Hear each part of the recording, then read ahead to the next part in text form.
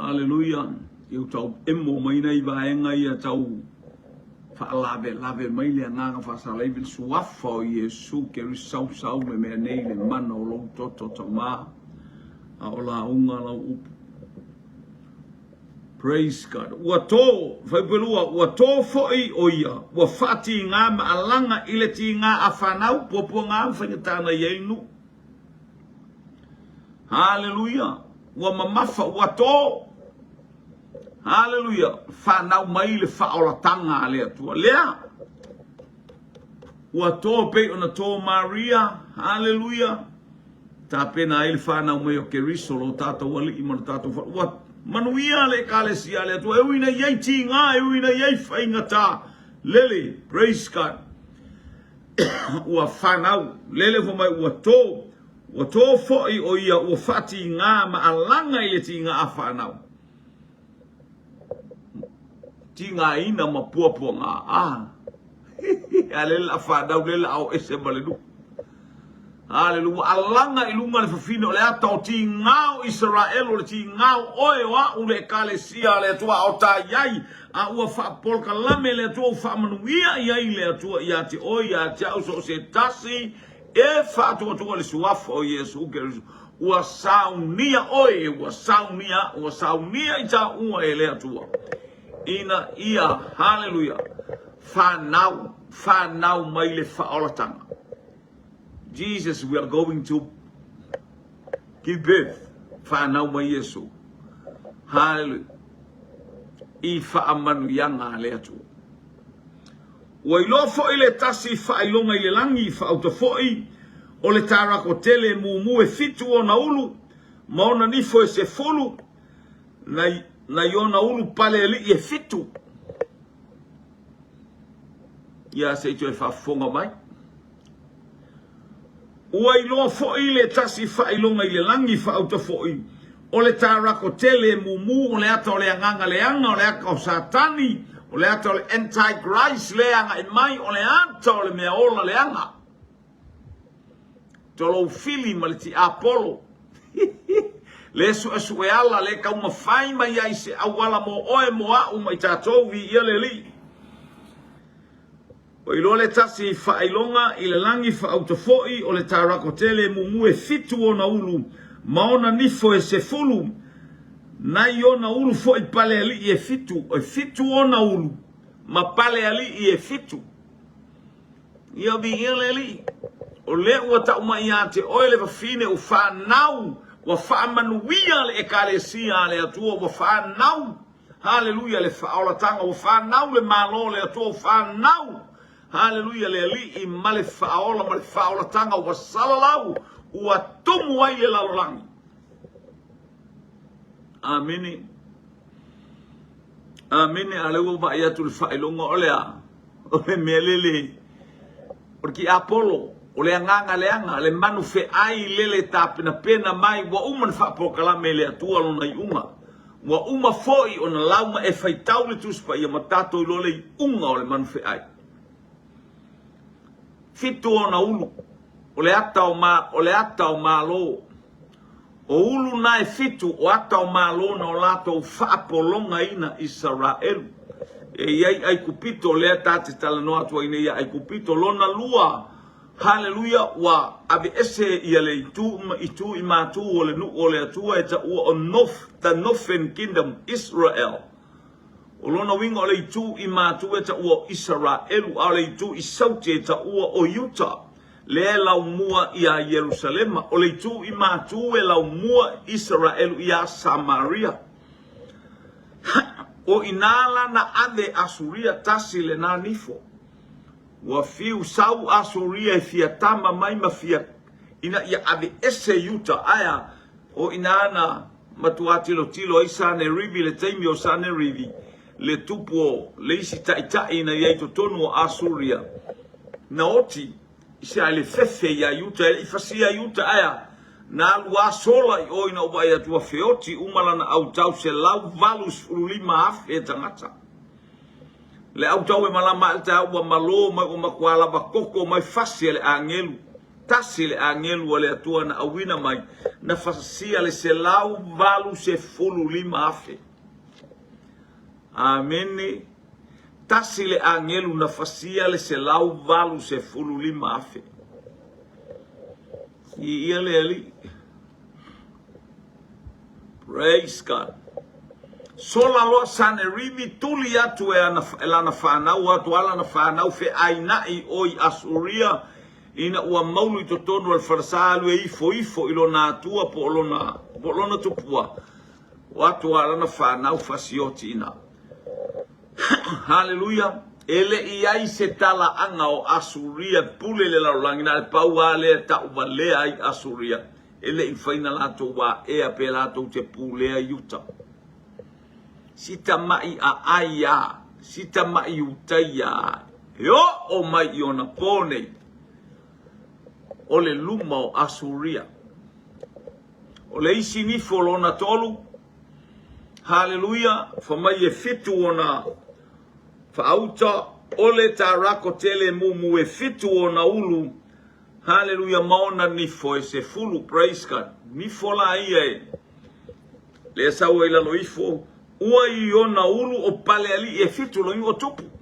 O malo o tupu. O ila to una pulea le laulangi ona teimi. Mua ai kupito. Lua Asuria. Tolu ia Papelonia. Fe o iai ai kupito. La walili fua.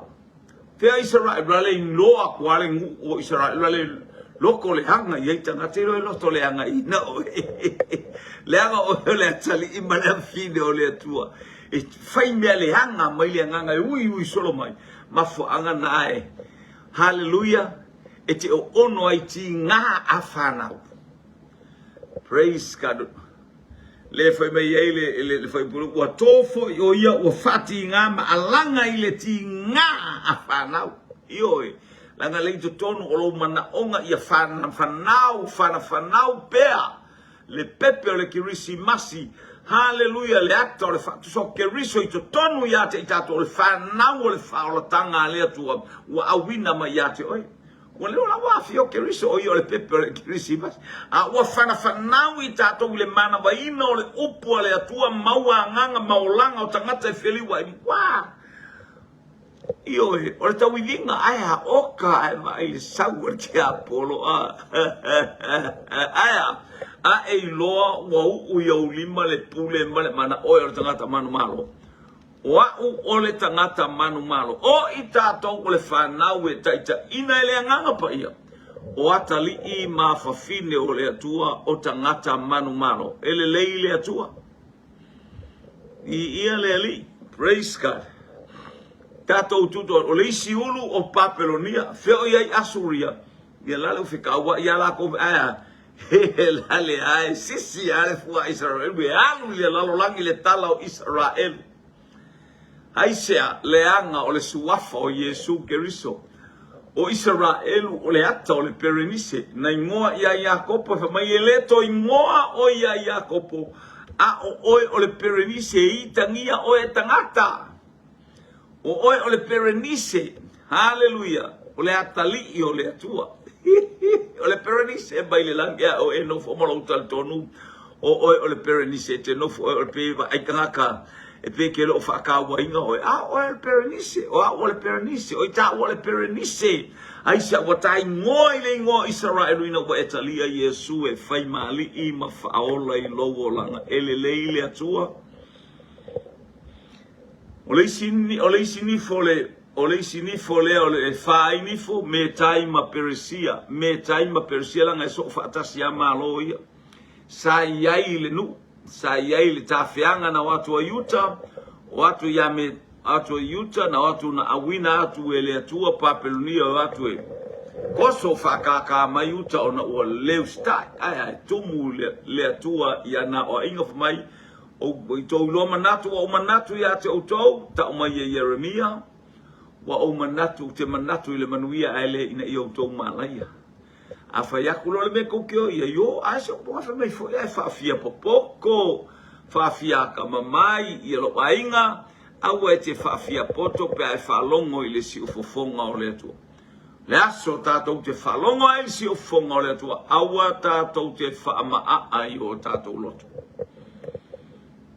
O le whale o nifo, lima o nifo o e leni le entula i mai ale sana le sili. Ni ia le li, ia sa telefoi ia se, o inana a mata ina ba aia le antikeriso. O le ata o le antikeriso, o le tangata ia walato whaia mea le anga i le malu malu o le li, e i tangia le malu malu o le li, o le mea a whaia i taulanga le nu, o le mea a bel taulanga. Au o tau mo whai ia, le tupu nasa ia i o Suria, Antioka Epifania, e nate whaaleanga ina le nupa ia o le atua maon tangata na imta upe sumaritasi o le tusia. Hallelujah, atani e na e tala noa mai ai, wa hawhea nei na wale mawhai o na ia toi attackinga ai kupito u whaalavelave mai Roma, o na hawhea nei loa lea, tau mawhai na te whapoto poto ina, whaia na konga whiki ngā, na manuia ana tonga whiti, aya, ni ia le li, na in taimila le na o mai ai tangata ia pe o le whanau a matatia, le au makapi, po le au makapis, hallelujah, taimia na ba ai ai fo ia tu ai ngata maiti mai atu ai ngā tō ai to tonu o le nu o iuta. Hallelujah, o ina ana sola sulu sulu ai solo le tangata lea. Ni ia le li, ele lei le atua.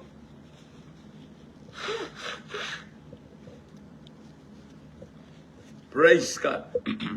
O le sinifo o eleni o le nifolona lima na nifolona ono Roma la le taua o Old Roman Empire. Ia por whainga ma lo tu wai lea sa ia Roma. Ana pulea ia Roma nu uma ia. Nu uma lama le na pule ia Asuria ia Kupito, Metai, Persia, Eleni.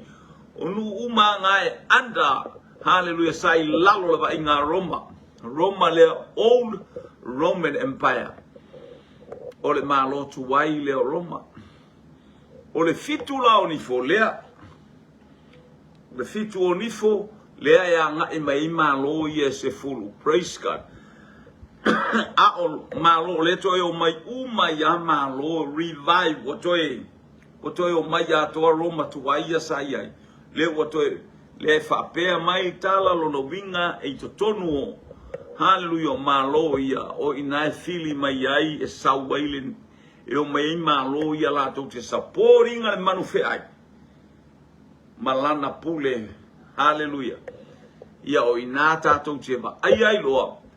Ia le ata to te tilo iai i tausanga e fitu ia, hallelujah, o le mua tasi tolu ma afa tausanga, praise God, ia oa enta mai le manufe ai ma laona malo le se fulu malo losi au fatasi e lana pule ia o leisi tolu ma le afa tausanga ua tato ua aia ua ma fiti mai mele le ono le wali ali mai ia ua matana ali ali teimi nei a o le teimi ma fiti mai ai ia o le tolu a o si tia wa esele karesia ia pe o le tatu ma fa mama ina ia e lo le lei ma tatu lo le lei tatu malama inifo ia e fitu hallelujah iulu ia e fitu o le manufe ai ia fa ila wa e lo o nu sa polonga ai sa lato fa polonga ina Israel till now la fa polonga i o lato winga la fa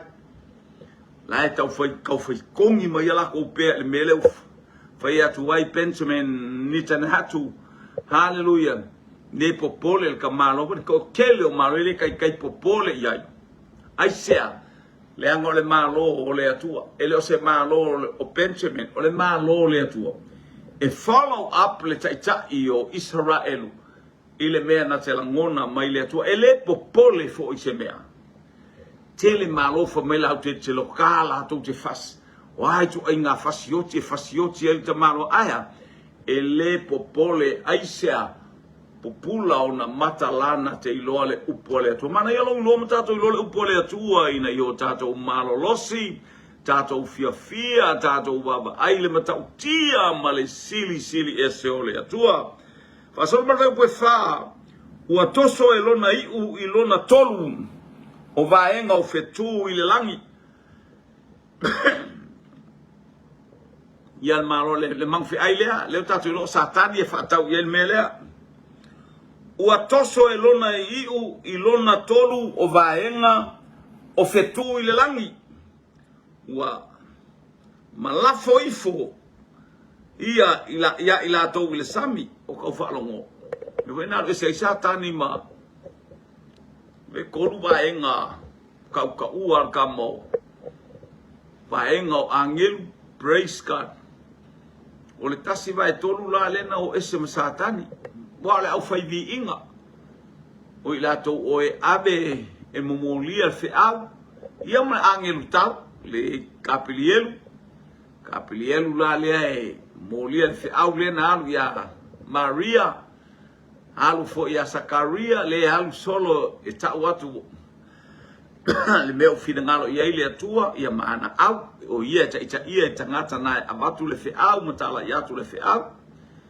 o Michael ia po Mikaele ia o ia le nate taua ni ia le taua le fa pe mai ia tala Daniel ina o le tau pes fulu na tala no mai ia Daniel ilona I la fa tau te enga a o faita talo Danielu ta talo ile atua ilo na fia mana malama po a wingo o vai o sa ia e fitu o le ale fitu le ta mai fitu sfulu tau sanga fia lopo le ale aya na latu ale fe au sau lo male angelu ta mai asa wa fiu le angelu sau le e tangata o le aingo kapilielu o le vaenga kapilielu asa wa fiu a fala lave le angelu tau le angelu leanga ioe le angelu fia tamatau mai oi Persia ia lo mai lo Mikaele lo mai Mikaele wa atole luas frutasi aso o sau ele io orfe au sau lo Mikaele ta tala le ua o le angelu le angelu satani le sau mai Persia ia ule wa ai free mai lalo ia tamalo o kapilielu mai tama kapilielu mai fe au ia tani ia leli ele ile atua ia lela fa pea o tolu vaenga wa lafo ifo ile rolang wa tufo ile tarako iluma o le fafine o le afana o ina ia ai e ia lana tama pe afana hello mai leo mai ole nu ole ata leo le tu watu fa fita uli manganga leanga e pupuni le awala no mai Israel mai fia tu watu wai satani so se awala ka fai fa leanga ai va ia tunga satani to fa fo ia le atu le nu to amata mai le savalinga le fast food tau sanga le to fa fo ia na uma e tu mai le na tu mai ya enta lo mo le promised land na tutu mai au le nu fa na lo mo le malo si fo le taimo Joshua enta lo mo le promised land o itu tonu le nu wa mau ele nu hallelujah fa na le malo si praise God ye pe fo tato va ya keriso hallelujah na tu o ita fatafa le nganga le anga herota to afa now le fine aya praise God la le tu el tarako mana ona te aya na tama te lon tala ya herota o tangata le aingo sa akako tangata atu ile aingo sa opsa eto ma praise God o atu le aingo akako o le grandfather o tamalole o herota o le tangata la tu le aingo akako ye tangata fa alele o le ye malele ile o ha manu lenta foi na te fasiotia e vai ke ye yang kanga na le paua ya tangata mana o ha manu e fasioti na o tangata yutia le fo ina fai fili ia Mordecai mana o le fasioti tangata aisia o tangata le aingo akako o le ausa akako le tupu fa en fa ola mai e paulo tangata ula vale mola le anga praise God tangata fa ngai ti apolo o fo ila ha herota tu lai mai a herota mana e fasioti tangata yutia o lana pule angale ina ia tau foi fasioti le tangata le fo o le tupu o tangata yutia Ia leli. Praise God. Ole atana ole ukama lea. Ua toso, aleluia, ua tu foi le fai fa, ua tu foi le tarako I luma ole fine, ole fine, ole afanau ina ia na aya e ia lana tama pe afanau tau fai le ole ale aya le tama fasioti Yesu ao. Palo anga na ole anga I mai o ke riso a o mai ele fai ngole o to tala mai se iba ai haleluya ile fail malele mafaya e satani o se me aya tu mati e tu mawaluma haleluya le manu malo ke riso Yesu le li ole o fa na ule tama na te tu I momo le ulo le ngata fa na ule tama na te tu I momo ele o stangata matua ele o se toa ele o fape mai pe tala na fai akiti ona o oe na le toa malosi ele I fape na fa nau le tama o le tama titi fato a fa nau na te tu I momo le ulo le ngata ava le kua herota la manga e fasioki ale pepe la le suya ekipi lua haleluya na o alo na mai ai tama fa nau ma pepe le nu o petele e malua tausanga nga I foi I tas po le fato afana moina o ai o kalo fae wasa sao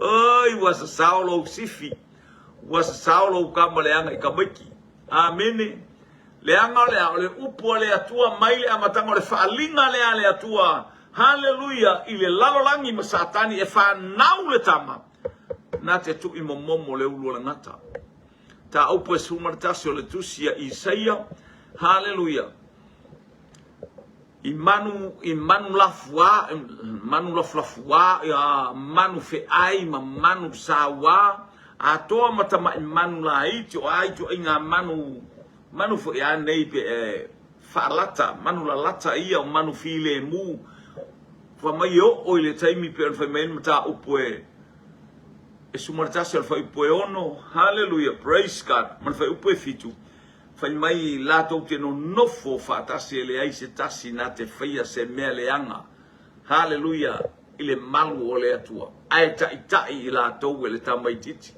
ele ta ia se leo ma moi makua e ta ele tamai titi hallelujah ole masiasi leo satani mana au ai se ta ele tamai tit ke lo pe afasa o es kamai kiki o ko lo makanga hallelujah praise God alena 12 awan nafi o matua hallelujah o fana o fo ila tote fali liwina loto matua hallelujah la ngol fe awole atua o le prokalame le atua faiti ale loto ta mama tina ai ya ile aso ele liwa ile atali liwa ile afine liwa ya tato fana o tato loto mo tato fo mela what the Bible declare what the Bible says ole mea wa feta lai mai ile atua ya te tato ole mea wa fai lo mai ile atua ilo so ifua mala ola I ale ua tu fo ile tarako I lumo le fafine o le afanau ina ia ai e ia lana tama pe afanau o le ata o le ekalesia le ai ka uma fai ai ka ko asia awa uman e fatapuni lo ngutu ile pule malemana the power and authority wa tu ina mai le atu te fato nua ai nganga fasalave o lalo le lofio vai te ai sau ya utua satani sau ya utua e kele kulia ya so belawo ye lo le me ai wo uman tapena ile tu aya se fai noa tu ya satani o le pule male mana le wa ya te oe o oe mafuai hallelujah praise God ona malosi satani ai se ina wa etu ua ai le aba no apeno fatu ate oe hallelujah o le fafine le amata le mata opule suma lua tu sine ke falinga ole ekalesia fa mai e tu e ofu ile la ai tu ona bai le masina ole ata ole la ole ata le mamalu male mana ole atua na wa yo lima le pule male mana mai le atua na fo ina mai ya ke riso Yesu mo jato Aya, amai tala whātai wa tātou umata mai tia onga. Hallelujah. Asu sulu mai le la. Ele sulu mai tau le masina. Iloa mai le malamalama le masina. E sulu mai le la tau le lalolangi le tātou te ia. Tu so lai tau ia te oe. O lai tau ia te au. Sulu mai le la ia te oe. O le ato le malamalama o le atua ia te oe. Whako a maua e sa kangiso ngā mangoi ngā ua e whata ngā sa tani. Ai e whata ngā noa. Ia na tātou peirole le mele sa mawai a tamma ewa a. Tātou maua lole le mena na. Iei a tamma ewa. Tu sa ua e whata ngā ona ua e a. Ola leanga ma e whaia mele tawai wa e. Hallelujah. Wa e te, wa e fau vale. Le aise upo le atua i le olanga aya. Te le whalongo i le upo le atua fola. Ma momoli mo oi, momoli mo a, momoli mo so se tasi. Ina ia wha manu yanga le atua. Ele leile atua. Ni ia le ali. Praise God. Pai mai lor whai upule ai. Ia o le tu wa. O le kukua satani o kawhakawha. E ke kangolo ka kala i eise avanoa. E te tata la lo se avanoa po sautala po le ala ma se me ke whaia. Maua le avanoa sao ma i eise atani ya te oi. Aya. Ele ai so na avanoa le anga wau iau lima. Le upua le atua ma le manu ma loma i le atua. O le pule ma le mana uafoa. Ina ia te itatou. E soli ai ngata ma akarapa. Hallelujah. Ia o sau lorel whai upulea. O whanau. Fo ia o le tamatani. O lena te pule inu uma i le to'o ua mea. Ona sengia elea o lana tama elea tua. Ilona no fali. Ia le ufa pitoa la fo ipu ya Yesu Keriso. Le ufa le ua talanoa mai ile taimi na fana wai a toa malona sengia wa umalana misiona manu malo lele wa sengia. Fa manta upu e tolo tusia faalinga o yele kia tavita atatala ele ai sesi na te tapunia. Atapuni. Ele ai sesi na te toi tala Samoa. Lo uso lo tua fine uatatala. Aise alele uafio atu Yesu tatala. Wafio Yesu ile langi waba noa mo oi. Tatalo a oi alu ile atua. Tatalo a oi alu ile ali. Tatalo a oi bala au ile atua. So se tasi. You are free. A o ilato uma natalia o ia mafato tua ilona suafa. Na ia vatu ia ile lalmanu ia. Maua lo waba noa ilale ami o tonu. Wa ami o tonu wina i tato. Ona ole toto Yesu Keriso. Moleto e puni o ai wa e avanoa e te alu wa avanoa lo wa ina e ye le aso e ta puni e le avanoa le e ye le aso e ta puni ai le tu e pen ta puni le ma noa ai u fale no malana fana ha a o tonu no malana fa wa ta puni le tu e le selima pala e fa pena ta puni le avanoa ua mai ale alofa tu noa o le atua ai lilingi mai le to sai lunga. Hallelujah. O ilato uma o e le matata o ile atua. Ma fai pule ono ona sola le ona fine ile vao o ye le me o sangia ile atua e nofo ai o ia. Ina ia lato fanga ia te ia so e tasi le afi.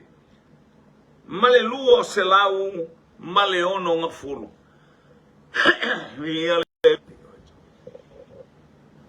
Le ua tau mai le, fa ipu le ono, hale ona sola ile o le fafine ile vau. Ia tatu vai o le sa ta vau mai le ainga mai ai kupito a. O mai le vau a. Fiu.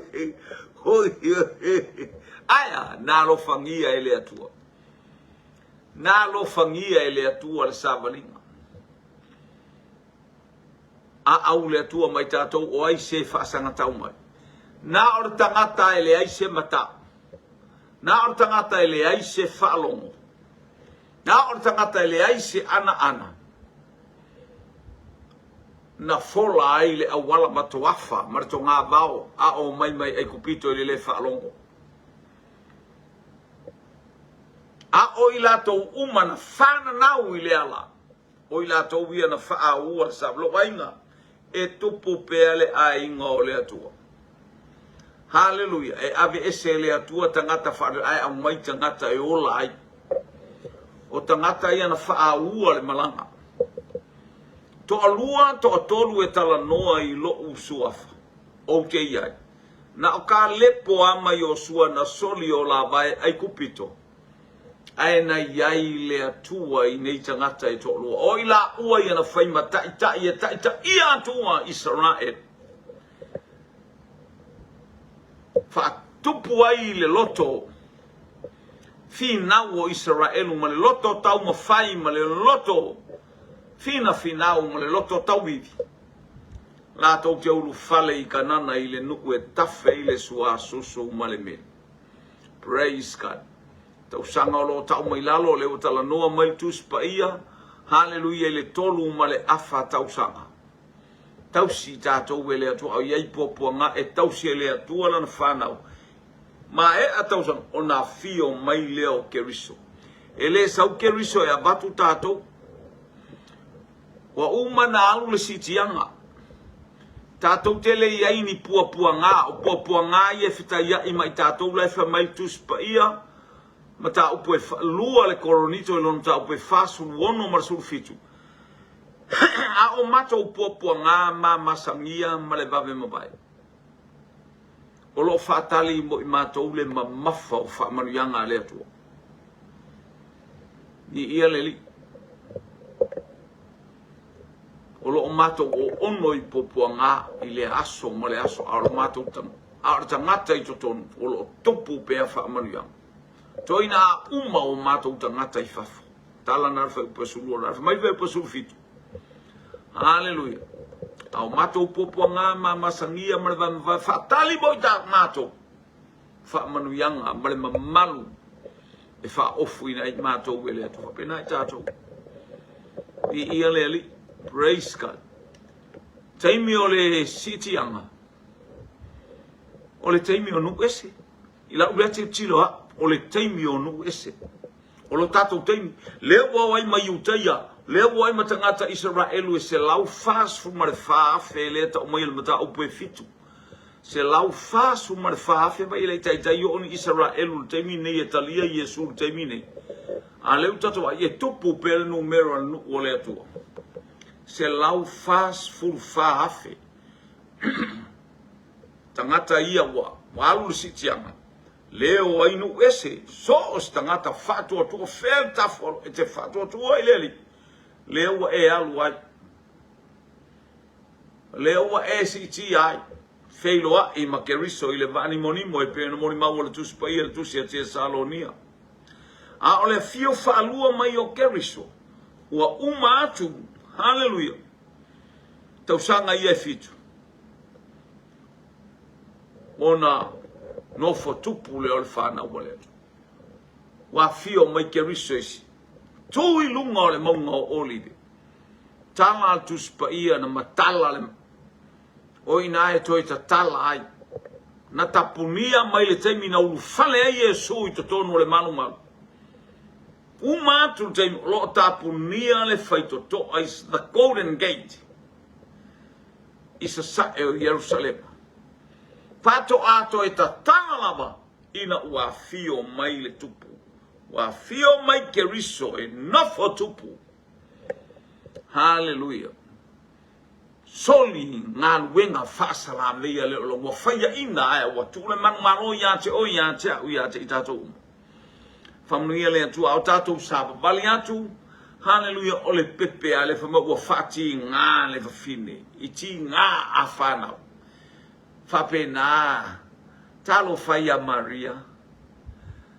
Ti ngā a whanau ala le savali mai Nasareta. E le whai ngofie. E le whai ngofie na e anu ma ave se whinge koe ave lunga o se asingi. E le whai ngofie a sa. E ke ko soa mai se whinge koe mai ale i paka sa lunga sol whangua. E kai mai a mai nge ia pia. E tolu aso e o ai. Lela e fikanga la sa mo ya le paka sa wanga ya ma ko pia ma le paka ka ko. E te sa wa ya le pata te o mai ni o le to atars fu lo pe tale tasi po le lu le afiafi. Wa ta mu mal te mi le pe sa ya le paka.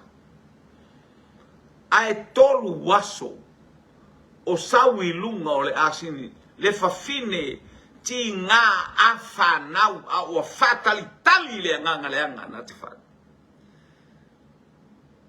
Ka ileva fakarika le iska por saka ngiri ia so ia ayalo vale suafo Yesu e fatonu oe ile suafo Yesu ke riso le iso wapano famanuia le tua ia te oe au ta sava mali atu mata mama yatu ile kirisi masi hallelujah famanatu ai le pepe fai au na fa nau fo wina ai tangata I taimi uma ho o ye le manuia o le atua ta ma fa tai fa manuia no ai ngai le nei afiafi ona o Yesu amen to God be the glory forever and ever amen la o ona tau tua mo oe male nganga fa maulalo ona o Yesu amen yeleli praise God. Ya na fa talofa tuna yo tato wainga o sole kalofa ka mole mo yali paka o le sam tambale o tabol pudef talofa lo sunga angelu tau emi tavete talofa le sunga le fatonu wi yeleli ya manuel nei vaenga o le afiafi praise God hallelujah.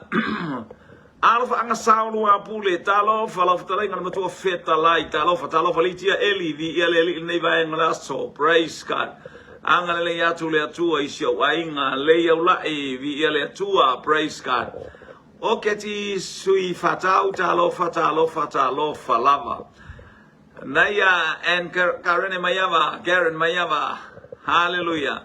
Praise God. Hallelujah. Tamalelo fa anga sole.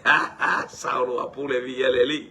Alofa teleatu ile auso I faifi au ya oliva ma. Praise God. Ya oil wapule viele tu topsoa Stefano talofa Stefano. Oh, sali. Talofa. Ila taliga topsoa. Ole tu la fale. Ole arsaf talai. Vieleli. Praise God. Alofa teleatu bolo ainga vieleli malayas. Maeli sala fui talofa lava fili tun mafono. Hallelujah. Alofa teleatu tato bol kalame mareta tau lolo. Hallelujah. Faltua ole failo tusi ao ale ekalesia malosi ole alofa tuno vieleli. Praise God. Hallelujah. Yang ale yatu le atua fa amanu yatu le atua ile ngai meusio tato ainga. Mareta taulolo tavita manu talo faleuso au na angale yatu le atua le tia eli Solomua lilo mayaba Maria Kepu Solai Uvale hallelujah Toma Malaya Saili praise God Tangiao J Tubuola praise Naomi Kitiona Pese vi ialeli malili fiti mia fau tia hallelujah vi ialeli angale yatu le atua Misa Watakini PNAP o Fera Niki Sola Famanu yale atuele ainga le fatu tuele nei vaenga o le afiafi ia ile anga le lei ona o Yesu amene